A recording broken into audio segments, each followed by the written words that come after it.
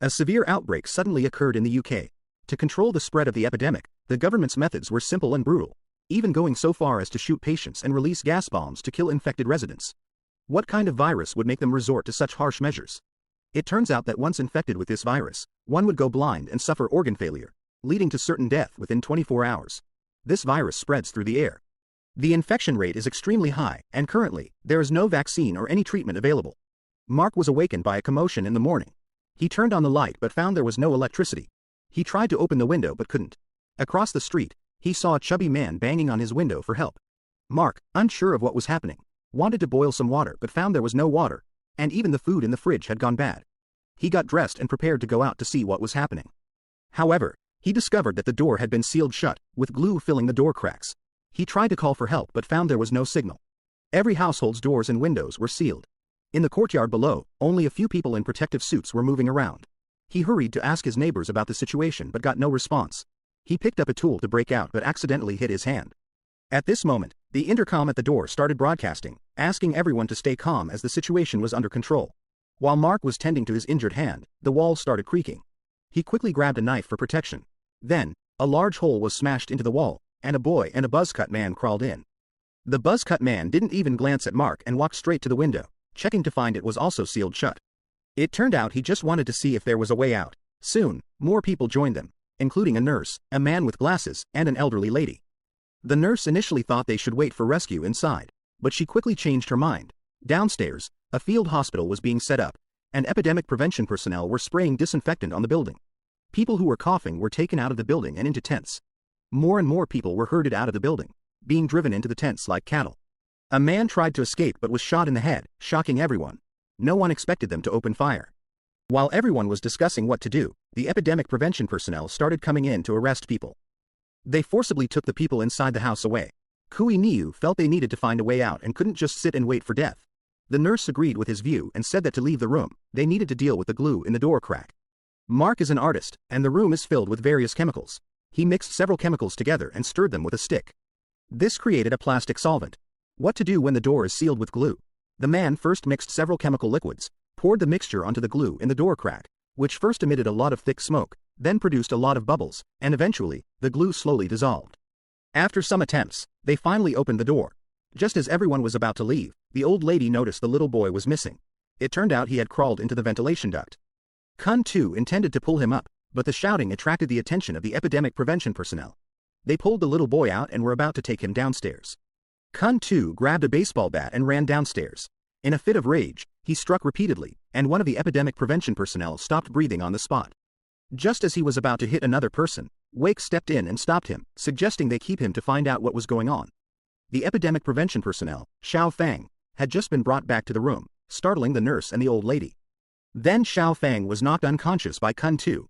While they were checking Xiao Fang's backpack, he woke up. No matter what questions they asked, Xiao Pang refused to reveal a word. Kun Tu dragged Xiao Pang to the window, hung a sign around his neck saying, "We have one here." He was demonstrating to the epidemic prevention personnel and signaling to the people across the way that everything was fine. The people across the way also made celebratory gestures. Then Xiao Pang was tied to a rack. A voice came through the walkie-talkie, but before they could ask anything, the signal suddenly cut off. They still needed to start with Xiao Fang. Under Mark's patient questioning, Xiao Fang finally agreed to speak. He only emphasized that they were trying to help, but they didn't believe him. Xiao Fang said it was a new virus that spreads extremely fast. Once infected, it first causes difficulty breathing, then inability to speak, followed by blindness and organ failure one by one within 24 hours. Death occurs because the virus progresses too quickly, and currently, there is no cure. With the vaccine, the excited crew cut guy stepped forward and pulled off Xiao Fang's protective suit, saying, "If you're here to help us, then let's breathe the same air." The crew cut guy found a syringe on Xiao Fang, containing a vaccine still in the trial phase. Xiao Fang said, "If there are no symptoms within 24 hours, it means we're safe here, and we should stay put." At night, outside the tents in the community, it was a mess. Infected people and epidemic prevention personnel lay on the ground. Xiao Fang suddenly broke free from the ropes, intending to escape quickly, but the crew cut guy pinned him to the ground. Mark stepped forward to pull the crew cut guy away, but the crew cut guy started fighting with Mark. Fortunately, several people stopped them. Xiao Fang was tied up again, and a large number of people downstairs rushed over, thinking Xiao Fang had the vaccine. While Mark was communicating via walkie-talkie, the irritable crew cut guy started a fight, smashing the walkie-talkie. He wanted to send Xiaofang out.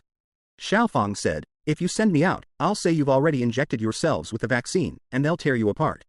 The group quickly used things to block the door, wedging a steel pipe against the door handle to prevent the crowd from rushing in.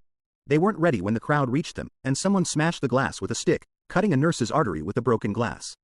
The crew cut guy threw a tear gas canister outside to disperse the crowd and quickly carried the nurse back into the room. Despite Xiaofang coming to help with first aid, the nurse quickly lost consciousness.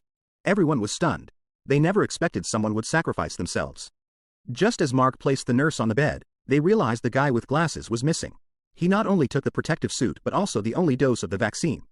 After injecting the vaccine into himself, the guy with glasses opened the main door and walked out. People mistook him for epidemic prevention personnel and insisted on searching him for the vaccine. During the scuffle, gunshots were heard from afar, scaring everyone into running away.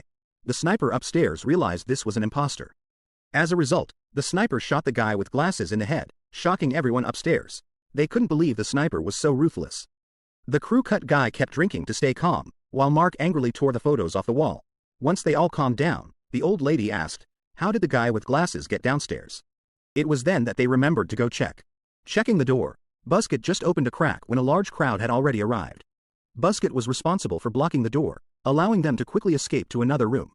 Mark tried to help Xiaofang untie the straps, but Buzzcut knocked him out with a stick. The noise of the crowd grew closer. The scene shifts, and when Mark wakes up again, it's already quiet here.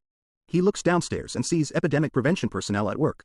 Mark finds Buzzcut, intending to teach him a lesson, but the old lady persuades him otherwise. At this moment, smoke starts coming out of the ventilation ducts. It turns out the epidemic prevention personnel released poison gas, indicating the government has given up on them. While they were looking for a place to hide, they saw Xiaofang dead at the door. Enraged, Buzzcut attacked anyone he saw, but he ended up being surrounded by a group of people. To escape quickly, Mark had to abandon him. After breaking a lock, Mark led the old lady and the little boy to the rooftop. There were no snipers here, perhaps they had already withdrawn before releasing the gas. The three of them leaned on each other and fell asleep. The next morning, when it was light, Mark called out to the old lady but got no response. Last night, the old lady had given the only landlord's mask to the little boy. She had stopped breathing due to inhaling the gas. To avoid upsetting the little boy, Mark said the old lady was just asleep and needed to rest for a while, assuring him she would catch up with them soon. As they went downstairs, Mark played a game of closing eyes with the little boy, just to prevent him from seeing the bodies in the stairwell. They finally reached downstairs, where the tent was already empty, and arrived at an open area. The little boy took off his gas mask. At this moment, a broadcast sounded, stating that anyone remaining without authorization would be considered infected. To leave smoothly, Mark put on a protective suit. Just when they thought they were safe, an infected man suddenly appeared and took the little boy hostage. It turned out the man's daughter had been taken away. He mistook Mark for epidemic personnel and demanded he hand over the virus vaccine. During the conversation, the little boy suddenly broke free from the man. Mark told him to run quickly, but unexpectedly, the man stabbed him. The man also fell to the ground injured. Mark, unable to move, said he needed to rest here for a while and told the boy to go ahead. The boy walked away, looking back every few steps. Mark lowered his head and fainted. As the boy was walking, he saw two epidemic prevention workers ahead. The two stopped and took something out of their bag. Before the boy could react, he was injected by two people who came up from behind. When the boy woke up again, he had already arrived in the safe zone. There are many children here. It turns out they really are the rescuers from the movie. No escape ends here. If an epidemic really happens, it's best to stay at home and not move. Looking at the rough handling abroad, and then looking at our country, we are indeed happier.